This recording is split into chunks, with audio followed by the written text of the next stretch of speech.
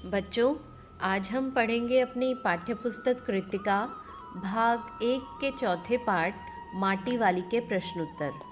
इस पाठ के लेखक हैं विद्यासागर नौटियाल। तो चलिए शुरू करते हैं इसके प्रश्नोत्तर। प्रश्न 1। शहरवासी सिर्फ माटी वाली को नहीं, उसके कंटर को भी अच्छी तरह पहचानते हैं।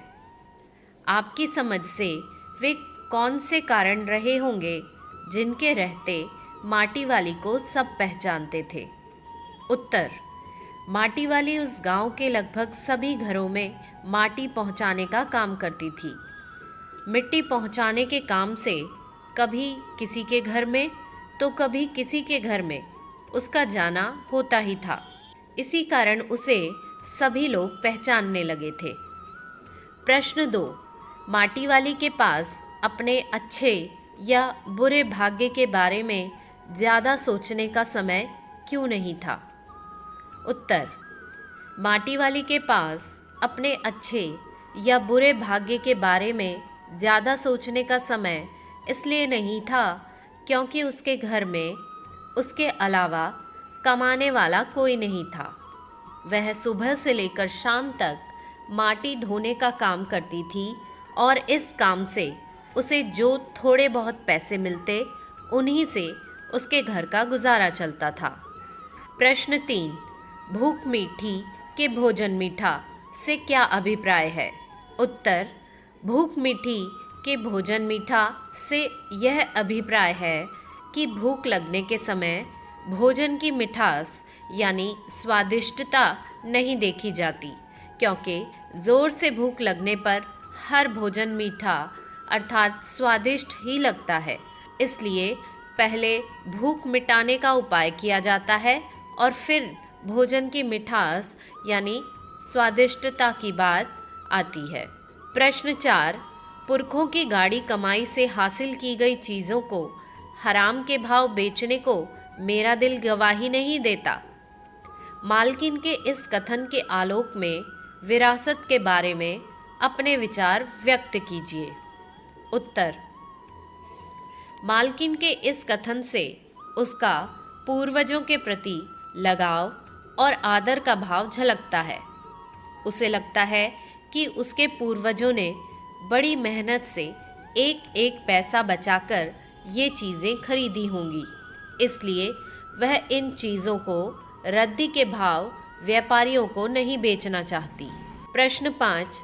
माटी वाली का रोटियों का इस तरह हिसाब लगाना उसकी किस मजबूरी को प्रकट करता है? उत्तर: माटी वाली का रोटियों का इस तरह हिसाब लगाना उसकी अत्यंत गरीबी को प्रकट करता है।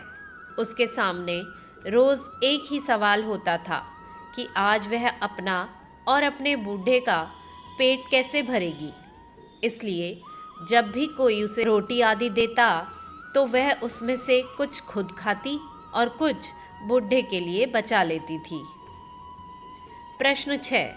आज माटी वाली बूढ़े को कोरी रोटियां नहीं देगी। इस कथन के आधार पर माटी वाली के हृदय के भावों को अपने शब्दों में लिखिए।